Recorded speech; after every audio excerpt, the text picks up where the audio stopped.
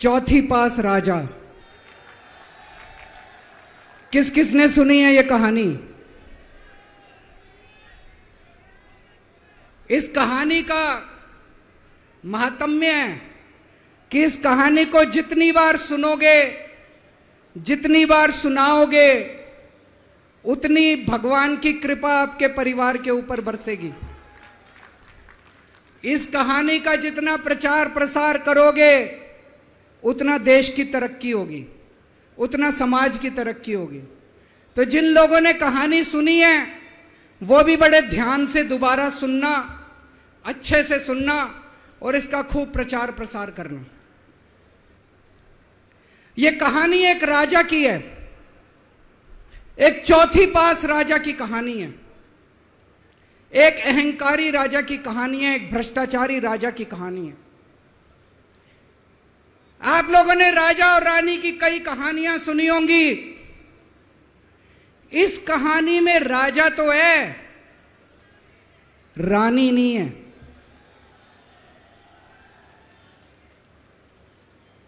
तो एक महान देश था, कई हजार साल पुराना देश।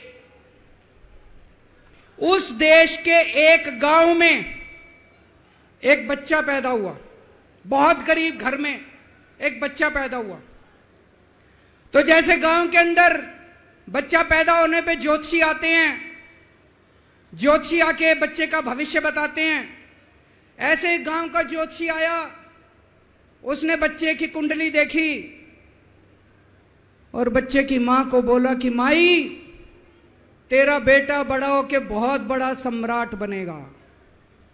माई को समझ नहीं आया, मैं इतनी गरीब, मेरा परिवार इतना गरीब, मेरा बेटा सम्राट कैसे बनेगा।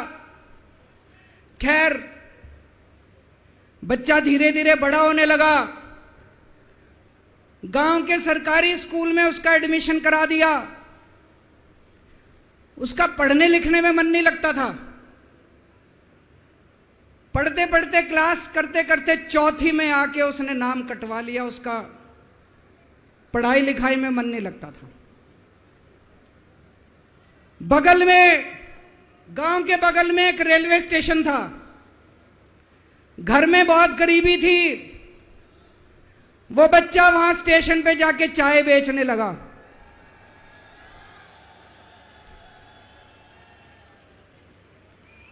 चाय बेच के अपना गुजारा करता था।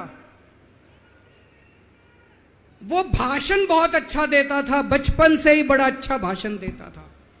गांव के लड़कों को इकट्ठा कर लेता और भाषण देना चालू करता।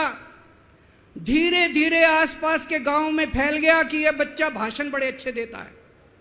आसपास के लड़के भी इकट्ठे हो गए और जो मर्जी टॉपिक हो भाषण देना चालू कर देता था और रुकता ही नहीं था, घंटों घंटों तक भाषण देता रहता था। बच्चा बड़ा हुआ। ज्योतिषी ने कहा था बड़ा होके बच्चा उस महान देश का सम्राट बन गया। लेकिन राजा तो अनपढ़ था, उसे तो कुछ आता नहीं था। अफसर आते, उस अनपढ़ राजा से जहां मर्जी साइन करा लेते, जहां मर्जी जो मर्जी साइन करा लेते। वो राजा अनपढ़ था, उसे लगता था मैं अगर अफसरों से पूछूंगा तो मेरी कमजोरी सबके सामने प्रकट हो जाएगी। अफसरों को लगेगा मेरे को कुछ आता नहीं है। अफसर जो मर्जी लेके आते थे वहां साइन कर देता था। वो धीरे धीरे पूरे देश के अंदर फैल गया कि राजा अनपढ़ है, राजा अनपढ़ है। राजा को बड़ा बुरा लगने लगा।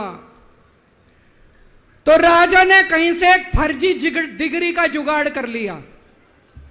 एक फर्जी डिग्री का जुगाड़ कर लिया, एमए की डिग्री का। और राजा बोला मैं एमए हूं। पर सच्चाई तो पूरे देश को पता थी, राजा तो अनपढ़ था। धीरे धीरे राजा अहंकारी भी होता गया। अहंकारी राजा और ऊपर से अनपढ़। जो मर्जी उस राजा के पास जाता और राजा से कुछ भी पास करा के ले आता। एक बार कुछ लोग गए, राजा को बोले जी नोटबंदी कर दो, नोटबंदी करने से भ्रष्टाचार खत्म हो जाएगा, आतंकवाद खत्म हो जाएगा। राजा को कुछ समझ नहीं आया, राजा की खूब चमची मारी उन्होंने नोट। राजा ने एक दिन शाम को टीवी पे आके 8 बजे नोटबंदी कर दी। पूरे देश का बेड़ा गर्क हो गया दोस्तों। लंबी लंबी बैंकों के सामने लाइनें लग गई, कई लोग मर गए, दुकानें बंद हो गई, रोजगार बंद हो गए, बड़ी बड़ी इंडस्ट्री बंद हो गई, पूरे देश का बेड़ा गर्क हो गया। फिर एक दिन कोई आके बोला जी 2000 का नोट ले आओ। राजा 2000 का नोट ले आया। 4 साल बाद कुछ लोग आके बोले जी 2000 का नोट बंद कर दो। राजा ने 2000 का नोट बंद कर दिया। राजा को अक्ल तो थी नहीं, बेवकूफ था, अनपढ़ था। कभी 2000 का नोट चालू करता था, कभी 2000 का नोट बंद करता था।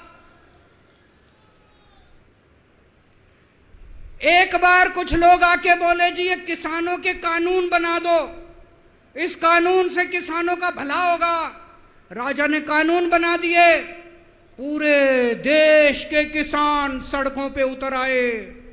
750 किसान मर गए आंदोलन में, और 1 साल के बाद राजा को वो तीनों कानून वापस लेने पड़े। एक बार उस देश के अंदर बहुत बड़ी महामारी फैल गई, चारों तरफ महामारी फैल गई, लोग मरने लगे। किसी ने आके बोला जी थाली बजवाओ तो देश ठीक हो जाएगा। तो राजा ने पूरे देश में थाली और चम्मच बजवा दिए। महामारी तो नहीं बची, महामारी तो फैली रही। किसी ने आके कहा जी डॉक्टरों की जरूरत पड़ेगी, दवाइयों की जरूरत पड़ेगी, इंजेक्शन की जरूरत पड़ेगी, तब महामारी रुकेगी। राजा अपने दोस्तों का बड़ा ख्याल रखता था। उसके दोस्त थे। एक दोस्त ने 10,000 करोड़ रुपए चोरी कर लिए, राजा ने उसको देश से भगा दिया। दूसरे दोस्त ने 20,000 करोड़ चोरी कर लिए, राजा ने उसको भी देश से भगा दिया। पर एक दोस्त ऐसा था जिससे राजा की ज्यादा ही दोस्ती थी। कौन था? उसको उन्होंने सारे एयरपोर्ट बेच दिए, सारे जहाज बेच दिए, सारे सी पोर्ट बेच दिए, उन्होंने आसमान बेच दिया, जमीन बेच दी राजा ने, खदानें बेच दी। उस दोस्त पे राजा मेहरबान था। राजा का एक और दोस्त था।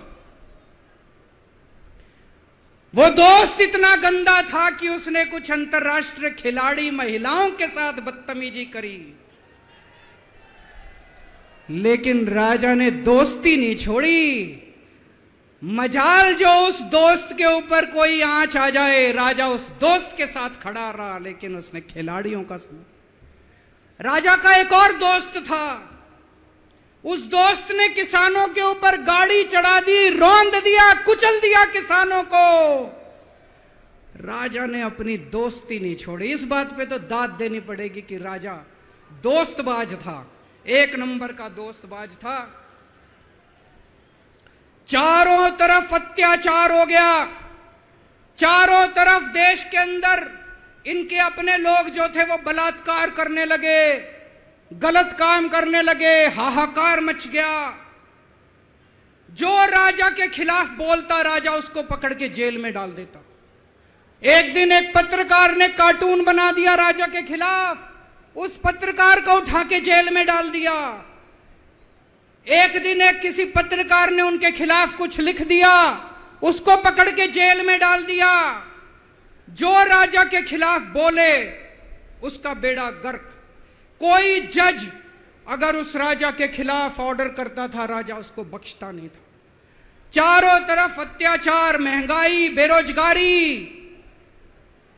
ऊपर आसमान में देवता ये सब देख रहे थे कि पृथ्वी के ऊपर कितना घनघोर अत्याचार हो रहा है। सारे देवता इकट्ठे हुए, देवताओं ने मीटिंग करी। सारे देवता मिलकर शिवजी महाराज जी के पास गए और कहा, महाराज कुछ करो, पृथ्वी के ऊपर अन्याय हो गया, अत्याचार हो गया, चारों तरफ बलात्कार, चारों तरफ हाहाकार मचा हुआ है, जनता परेशान हो रही है। पृथ्वी जी शिव जी महाराज जी ने अपनी तीसरी आंख खोली और दोस्तों यहां प्रचंड पृथ्वी के ऊपर अजीब अजीब घटनाएं घटने लगी।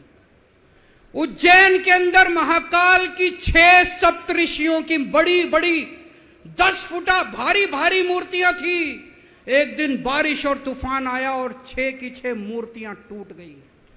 लोगों ने कहा बड़ा अपशकुन हो रहा है, बड़ा अपशकुन हो रहा है। एक दिन एक ट्रेन एक्सीडेंट हो गया, 250 से ज्यादा लोगों की मौत हो गई। लोगों ने कहा बड़ा अपशकुन हो रहा है। और एक दिन घनघोर बारिश आई, तूफान आया, ऊपर से आकाशवाणी हुई,